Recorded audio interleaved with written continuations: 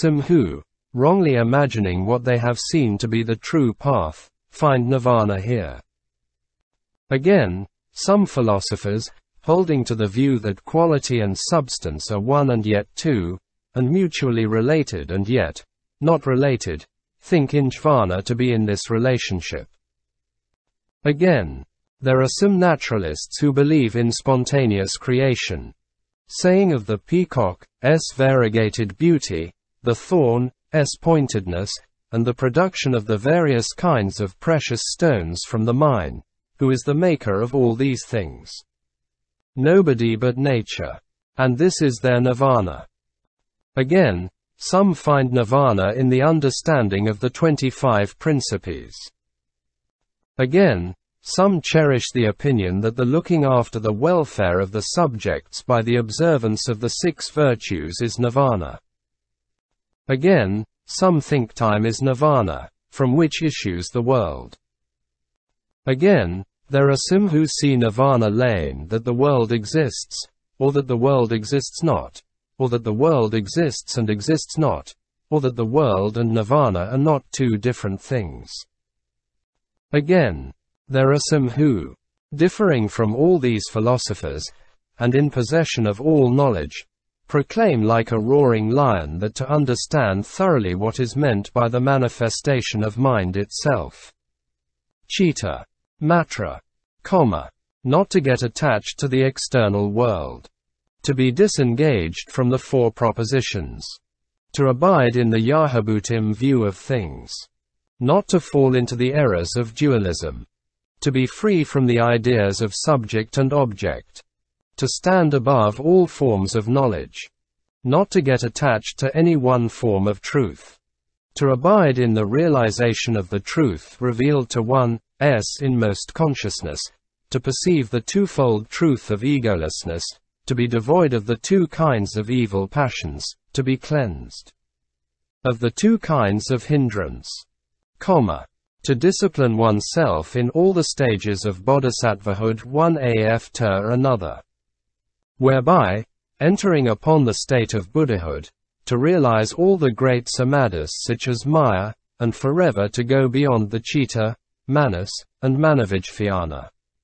This is indeed to attain nirvana. O Mahamati, all these philosophers' views, except the last mentioned, are based on the imagination, and are not in accordance with the truth. They are forsaken by the wise, for they are dualistic and nirvana is imagined where it is not. There is really no nirvana where one may enter or come out. The philosophers, each adhering to his own thesis, fall into erroneous views contrary to reason, thereby achieving nothing but the wanderings and tribulations of the mind and will. O Mahamati, therefore, you and other bodhisattvas should avoid them. To quote the gathas attached here. Nirvana is variously viewed and discriminated by the philosophers, but they are no more than imaginations. There is no way in them that leads up to emancipation. The philosophers who are not released from the dualism of fettered and fettering and who are far apart from the right way of thinking, imagine emancipation where there is no real emancipation. All sorts of doctrines are maintained by various philosophers, but as they issue from the wrong discriminations of conference-used minds, their emancipation is not a true one. As all the philosophers are fascinated with the ideas of something done and something doing, they are upholders of doctrines of being and non-being, and their emancipation is no true one. Those ignorant ones who delight in debating and idle talk cannot have a wider view of truth. Mere talking is the source of sorrow in the triple world. It is the truth only that destroys sorrow. It is like an image reflected in a mirror. It is seen there, but it is not real. The one mind is seen as a duality by the ignorant when it is reflected in the mirror constructed by their habit energy. From not knowing that all that is seen is of mind only, there takes place discrimination and hence duality. But when it is known that it is nothing but mind, no discrimination evolves. It is true that mind reveals itself as multitudinousness, but in itself it is devoid of predicates. Appearances are there but not to be seen in the way discriminated by the ignorant. The triple world is no more than the product of discrimination. There is no external world of objects. It is owing to discrimination that the multitudinousness of things appears, which, however, is not understood by the ignorant. In various sutras, discrimination is the subject of discourse. It is on account of ideas and names, for apart from naming no meaning is attainable. Single quote. The essence of Buddhahood. The self-realization that is to be attained by the Bodhisattva is none other than the Buddha's own inner consciousness, self-illuminating as well as world-illuminating. Therefore, when we know what is the nature of this enlightenment attained by the Buddha, we shall also have some glimpse of the content of the Pratyat Mariyaj Pheanungakara, the subject matter of the Lankavatara. According to the Sutra, what constitutes the essence of the Buddhahood is neither a thing made nor a thing not made. It is neither cause nor effect. It is neither predicable nor unpredicable. It is neither describable nor indescribable, neither subject to perception nor beyond perception. Why? Because by applying any one of these terminological explanations to this case, we commit a logical offense. If Buddhata, the essence of Tathagatahood, is something made, it is impermanent. And if it is impermanent, all things made will be Tathagatas, which is impossible. If, on the other hand, it is a thing not made, it will be without a substance, and all efforts to realize it will be to no purpose, as it is like the hare's horns or a barren woman's child. For are they not all not made, unreal, merely imagined? Again, if the essence of Tathagatahood is neither cause nor effect, it is then neither being nor not being.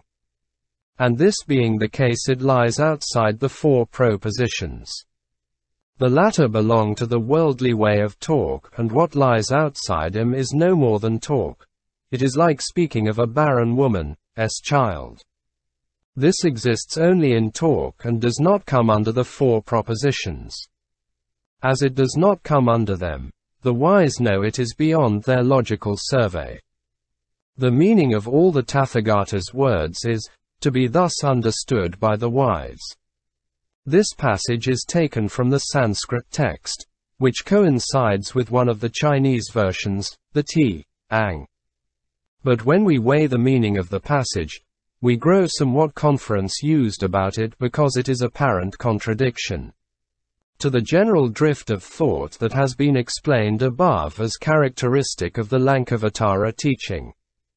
For if the essence of Buddhahood is something like the barren woman's child existing only in name and placed beyond the survey of the wise in the sense that it has no truth in it, the object of all Buddhist discipline will be set at naught. If, however, it could be understood in the sense that the truth is beyond the logical survey of even the wise, and, therefore, it is an object of direct intuition, altogether beyond the reach of popular parlance, which is made up of the four propositions, the quoted passage would be consistent with the rest of the text. The sentence referring to the barren woman's child as mere talk and beyond the four propositions will have to be altered. In fact, the way translation reads quite differently. The four propositions belong to the worldly way of talk. O Mahamati, if the truth does not go beyond the four propositions, it is no more than a word, like when speaking of a barren woman's child. O Mahamati, this belongs to mere speech, coming under the four propositions, and if the truth should come under them, the wise would not take it up. Evidently there is some discrepancy in the text. The earliest Chinese version, in fact, that is, the Sung, reads simply and is quite intelligible. showing perhaps that this is a more original text, not mixed with gloss and other addenda. O Mahamati, if it is neither an object nor a cause, then it is neither being nor non-being, it lies outside the four propositions. The latter belong to worldly talk. When it or the essence of Buddhahood lies outside the four propositions, it is beyond them, and being beyond them as such the wise accept it. The meaning of all the Tathagata's propositions is to be understood by the wise, thus that is, as beyond the four propositions. Single quote. When Buddhism speaks of the egolessness of all things, this must be understood in the way suggested above, that is, in the sense that while all things have their characteristic, they are without self-substance. Inasmuch as the cow is not the horse and the horse is not a cow, they are quite distinct one from the other. Their individuality is to be reckoned with, but as to each possessing any substance in itself, or anything that remains eternally so except its appearance, that cannot be. Therefore, things in one sense are as they are, but in another sense they are not. This is what is meant by Buddhist phenomenalism, but we are not to be carried away by its doctrine of emptiness as was explained before, as Buddhism has after all something to affirm. Its superficially paradoxical way of presenting the truth is often baffling to logicians.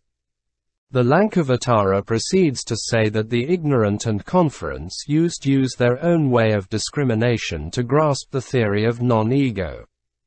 But as existence is really beyond any system of categories, the Tathagata's wisdom alone is capable of penetrating into reality. It is, therefore, declared by him that he is not distinct from the skandhas, nor is he identical with them.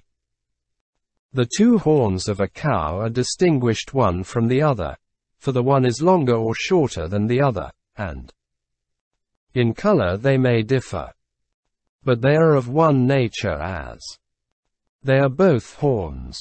In a similar way, the Tathagata is different from what constitutes matter, and yet he is not different.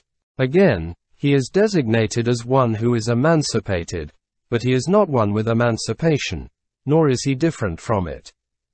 Therefore, the essence of Buddhahood is neither eternal nor transient, neither made nor not made, neither composite nor uncomposite, neither knowledge nor the known, neither predicable nor unpredicable, neither of the skandhas nor not of them, neither describable nor indescribable. It is beyond all measurement. It is not to be brought under any forms of category. We may talk of it as talk we must, but we can never reach it through words. For it is unborn, and consequently not subject to destruction. It is like unto the sky beyond logical construction, and no amount of intellectual tricks will bring it within one's grasp. The essence transcends measurement and the senses. The nature of enlightenment is not limited by measurement and senses. It is neither an effect nor a cause. It is neither enlightening nor enlightened. It is neither predicated nor predicating. The skandhas, causation, enlightenment are not visible anywhere to anybody. How can any statement be made concerning that which is not visible anywhere to anybody? It is neither something made nor something not made. Neither an effect nor a cause, neither skandhas nor noskandhas, nor indeed is it of any other composition. It is not something that is subject to discrimination and hence perceptible, nor is it for that reason to be understood as non-existent. It is the very nature of things as they are. Non-being goes along with being, and being goes along with non-being. When non-being is not knowable, being too is not to be discriminated. Those who cling to words only, not comprehending the egolessness of an ego so-called, are drowned in dualism. They destroy themselves, they destroy the ignorant.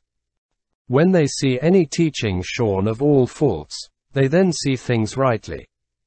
They do not vilify the leaders. The Lankavatara is quite anxious to have us realize that the theory of non-ego does not conflict with that of the Tathagata's womb, of which mention is made in various connections. When the Tathagatahood is spoken of as a kind of storage where all the seeds of the past deeds and psychical activities are preserved, philosophers are apt to take it for an ego soul. But, says the Lankavatara, the Tathagatahood is empty in its nature yet real. It is nirvana itself, unborn, without predicates, without affections, and, further, it is attained where no false discrimination takes place, where no shadow of particularization falls. There is nothing here for the Buddhas or Bodhisattvas to take hold of as an ego soul. They have gone beyond the sphere of discriminations and judgments. And it is due to their wisdom and skillful device that they set up all kinds of names and phrases in order to save their followers from mistaken views of reality. Hence the following. O Mahamati! It is like the potter who, out of a mass of atoms of clay of one kind, produces various kinds of vessels by applying on it his artistic skill and manual labor, knowing how to make use of the stick, water, and string. Just so, O Mahamati, is the Tathagata who points out the egolessness of things, the truth transcending everything characteristic of discrimination by a variety of skillful means, which is joined with prajna. That is, sometimes by the doctrine of Tathagatahood, and sometimes by the doctrine of non-ego, or sometimes like the potter by the aid of words, suggestions, and synonyms. For this reason, O Mahamati, the doctrine of Tathagatahood is not the same as the doctrine of ego as advocated by the philosophers. Thus indeed the doctrine of Tathagatahood is taught by the Tathagatas in order to induce the philosophers advocating the ego theory, which latter in a superficial way may be regarded as resembling the Buddhist conception of Tathagatahood, and further indeed in order that those who have fallen into the view of discriminating an unreal ego as real may become possessed of the realm of the triple emancipation and speedily realize the highest supreme enlightenment. For this reason the Tathagatas who are arhats and fully enlightened ones talk of the doctrine of Tathagatahood, which is thus to be differentiated from the ego theory of the philosophers. Therefore, O Mahamati, in order to keep thyself away from the ego theory of the philosophers, thou shouldst seek the doctrine of the Tathagatahood that is based on non-ego. Pudgala, Samtati, continuity, skanda, pratyaya, pradhana, lavara, khatri. Some such ideas are entertained by the philosophers, but they are mere constructions of mind. The world transcending knowledge. The inner consciousness of the Buddha, which constitutes the essence of Buddhahood, is the highest form of knowledge. Of knowledge the Lankavatara distinguishes three forms: worldly knowledge, supra-worldly knowledge, and supreme supra-worldly knowledge. The first is relative as cherished by ordinary minds whose thinking is determined by ideas of being and non-being. The second is one possessed by Hina yanists who cannot go beyond the categories of particularity and generality. While the third and highest is the knowledge attained by the Buddhas and Bodhisattvas who view the world from an absolute standpoint. For they know that the world is beyond all characteristics, that is, has never been brought into existence and will never be annihilated, that it is designable neither as being nor as non-being. It is by means of this highest knowledge that the Bodhisattva finally comes to the realization of the egolessness of all things, thus entering upon the path of Tathagatahood. Supreme supra-worldly knowledge is none other than the supreme wisdom of the Bodhisattva, which enables him to enter into the inmost nature of all the Buddhas, and which constitutes the central theme of the Lankavatara Sutra. Its three aspects are now distinguished. The first is its not being mere appearance, that it is reality, as distinguished from the way it is regarded generally by the Hinaists and philosophers. The second is that it is awakened by the will and power of all the Buddhas. That is to say, supreme wisdom is aroused in the mind of the Bodhisattva by virtue of the Buddha's earnest desire for universal enlightenment and salvation. Their earnest desire or will sends out strong waves of vibration throughout the universe, and all sentient beings there feel its effect according to their capacities. Thirdly, sustained by this and going beyond the relative knowledge of the Hinaists, the Bodhisattva's mind is freed from all predicable forms and is ready for realizing in himself a psychic state termed Mayopamasamadhikaya. This means the body attained by a bodhisattva when he enters into the samadhi known as Maya-like, that is, the samadhi that enables one to look intuitively into the nature of existence and realize that it has no self-substance and is like Maya. The following passage will shed light on the Maya-like samadhi. The Tathagata, for the sake of the bodhisattvas whose minds are still distracted by individuality and generality, preaches the path of particularization based on their relative knowledge of existence.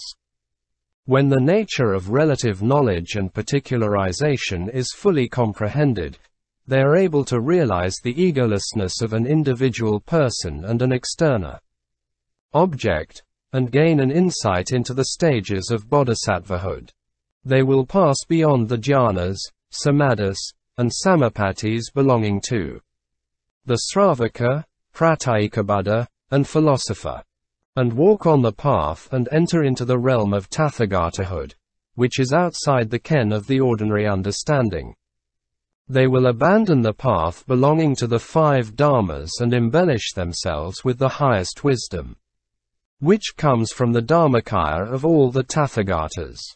And entering into the realm of Maya will visit all the Buddha lands, abide in the palace of Tushita and reach the highest place where they will obtain the Tathagata body.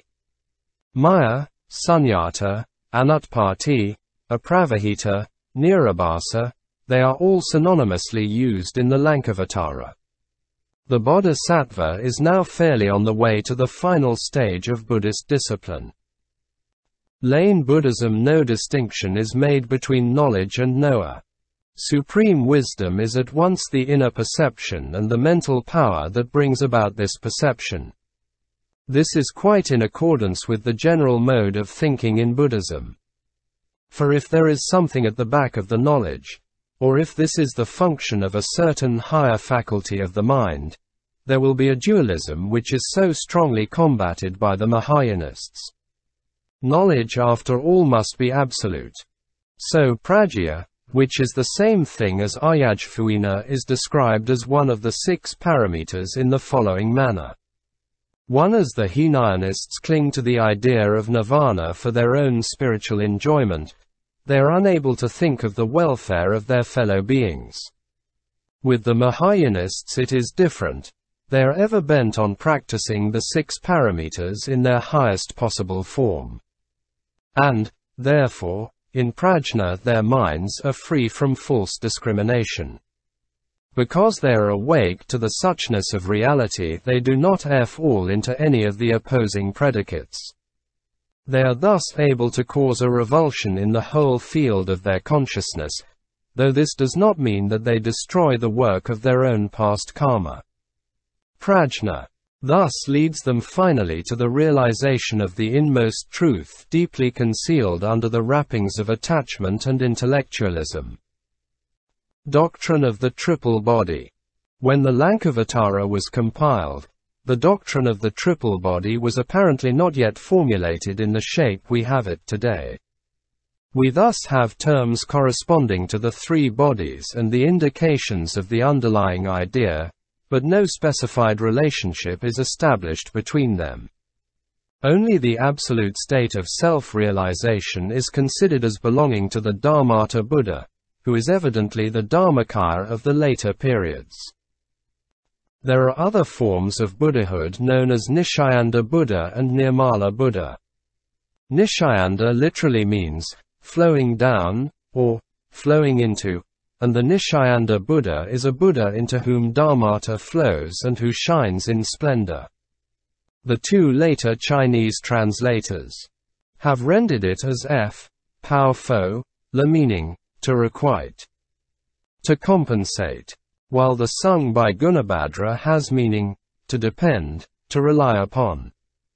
The latter is nearer to the sense of the Sanskrit Nishayanda, and it is hard to know how the later translators came to have Pao for it instead of I. Did they try to read their own thought into it?